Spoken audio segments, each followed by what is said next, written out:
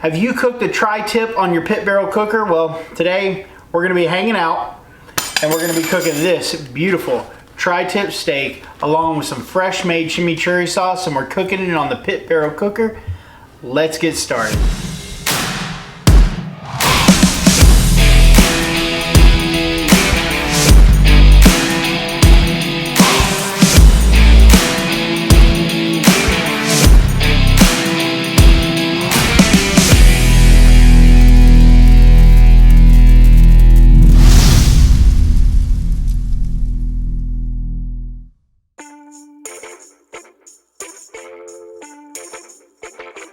Tri-tip roast, beautiful cut of meat. You can see here we have two different striations of muscle. One, the grain is going this way, and the other, the grain is growing that way. When we slice it, we're gonna slice against the grain on each side, cutting here as well. We're gonna have to alter the angle. Now we also have some fat to trim off the back of this right here. But today we're gonna be busting out something that I've been working on for a while. It's called the Good Grub Rub. This is what it looks like.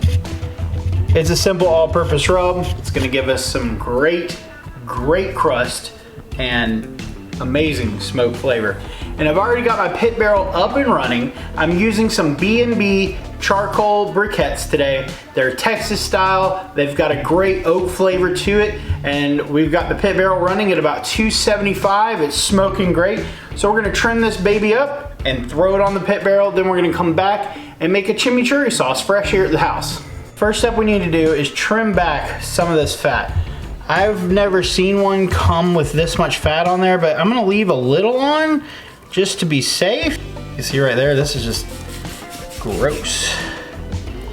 We're gonna actually take this with some of our brisket fat that we had, and we're gonna make some beef tallow with it as well, which I'll do a video on that later. I'm gonna trim this down, then we'll get this nice and covered, throw the hook in, and put it in the pit barrel.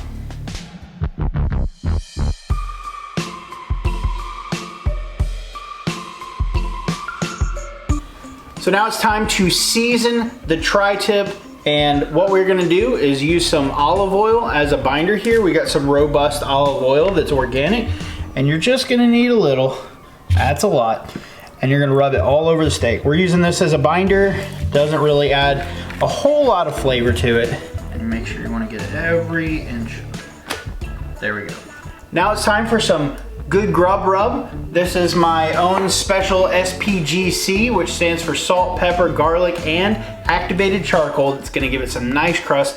This recipe for this is on my website, grillmartco.com. Go under the menu board blog. It's down there, it's great. This is Hawaiian lava salt, white peppercorn ground up, some activated charcoal. Anyway, we're gonna put this on top and we're gonna get a good generous coating because I've got a lot of this made. It'd be better if I had a shaker. Okay, flip it to the other side. Get the other side. You can see the pepper, you can see the salt rocks in there. They've all been ground up. Now you're gonna take it and roll it. Make sure we get every piece covered. I've got some dirty hands, but this stuff is going to be very good on this steak. Last step is you're gonna take your, I'm gonna stick the hook in the smaller tip right here because this part could finish quicker than this part as it's hanging down from the meat, and we want them to get a nice even temperature. So take the hook and insert it into the tip part right there, and we've got our hanging steak. Let's head out to the pit barrel. We're going to simply take this, and you can see right here I got that B&B nicely lit and charred, and we're gonna take this and we're gonna hang it right here on the rod, just like that. And we're gonna take the lid, put it on, and we're gonna set it and forget it. We're gonna check it in about 30-ish minutes, and we'll use our chef's temp thermometer to check the temperature. We're going for 130 internal. That should be a nice medium rare. We'll see you back here in just a few minutes. While the steak is cooking outside, we're gonna make a fresh chimichurri sauce to drizzle on top when that steak is finished, and here's how you do it. Now here we have a mixture of fresh and some pre-made Ingredients, first step is parsley, and we are gonna be throwing this into a food processor right here that I got. So all we're gonna do is just kind of coarsely chop this this parsley up, because we're gonna be doing a pulse onto this. Next, we have some 1 clove of garlic, but we're gonna be using a little bit more. And again, we're just gonna coarsely chop this up. And it's better to use fresh garlic than it is the pre-minced kind, because the oil kind of takes away the potency a little bit. So just again, do a coarse chop here. You wanna get it a little smaller than this because you don't want it, you don't wanna bite into a huge chunk of garlic. That could be bad. Put that in the food processor right there. So we're gonna be cutting our red onion, and we're not gonna be using this whole half of the onion, but use the lines here and just use the tip of your knife and go down like this. Be very careful because it's very easy to cut yourself. And we're gonna be using just about half of the half here. So we take that and then we chop it right down. And you see how we get a nice diced onion like that. We're gonna take some crushed red pepper flakes, put that in there like that. That's good.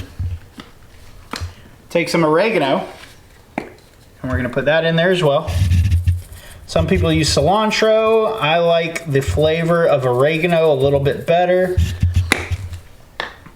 You're gonna take some olive oil. We used this earlier as the binder. Pour just a little bit in there. Then we're taking some rice wine vinegar. Then we're gonna take some rice wine vinegar, and we're just pouring just a little bit in there. We don't wanna overdo that. Salt next. And I'm using some fresh ground sea salt right here.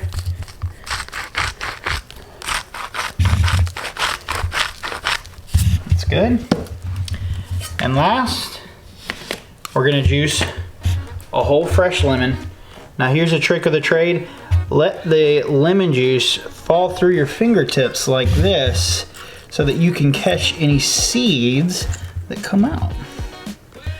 Now we're gonna put the lid on. And let's step over here to the food processor, and we're just gonna pulse this together until we get that nice consistency that we're looking for.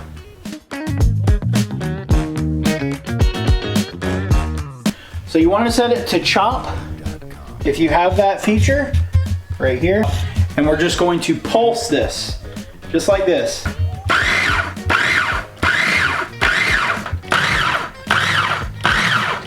We finished it, a couple more pulses here. Now, come check it out, let's see how it looks. That is how you want it to look. Beautiful. It's got a nice consistency to it here. We're gonna pour it right here, in there. And we're gonna pour that over our steak when it's finished. It's gonna have a really nice look to it, pop of color, and some amazing flavor. We're gonna check on the steak in just a few minutes.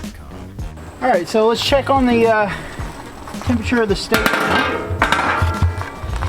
We've got a beautiful cut of beef right there. We're running about 136, so we might be a little higher than I want it to be, but it's okay. Still gonna have some pink in there. We're gonna take this inside and let it rest for 10 minutes before we slice into it and put that fresh chimichurri sauce on there. It's rested about 10 minutes, and we're gonna check the internal temperature again, just to show you. So we're using our Chef's Temp Final Touch thermometer here. Link will be below. 134, 135. And in the tip, a little higher, about 145. So there is a varying degree because you have more beef down here and this is a little bit more lean and tender. If you look right here, again, we talked about earlier, the grains of the beef, of the muscle, are kind of like the road map. So we can see that it goes this way here and that way here. So we're going to slice against the grain to make sure that we maintain some of that moisture. So come below. Here we go. Not too bad, if I say so myself. Still pink. Still lots of juices. That is a beautiful, beautiful tri-tip. Oh man. Ooh, still a little hot. We have a perfect wall-to-wall pink. The tenderness is perfect. You can see the juiciness just, I mean, look at this. Look. That's all the Maillard, it's not blood. And then let's cut this side. We're gonna cut this way.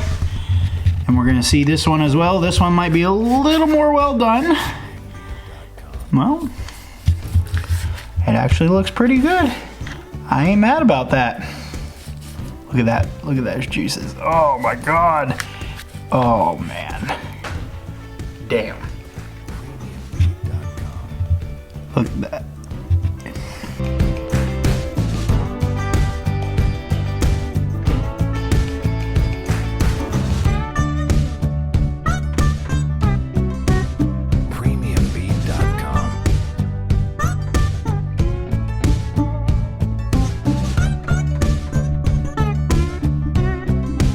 So that good grub rub gave us a nice crust. Look at that beautiful crust that we have. All the Maillard juices in here. Wall-to-wall pink, which is a perfect medium rare. Now my favorite part. Taking a bite of steak, I'm dipping it in there along with some of the chimichurri sauce on it. And here we go.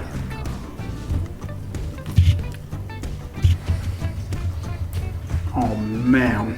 Mmm. That is so good. The chimichurri gives it some nice acidity, a little bit of heat. There's a great crust. I'm going in for round two. Man, that is really good. There you have it. A really simple tri-tip. Took about 25 to 30 minutes on the smoker because this wasn't a really big tri-tip. Fresh chimichurri sauce.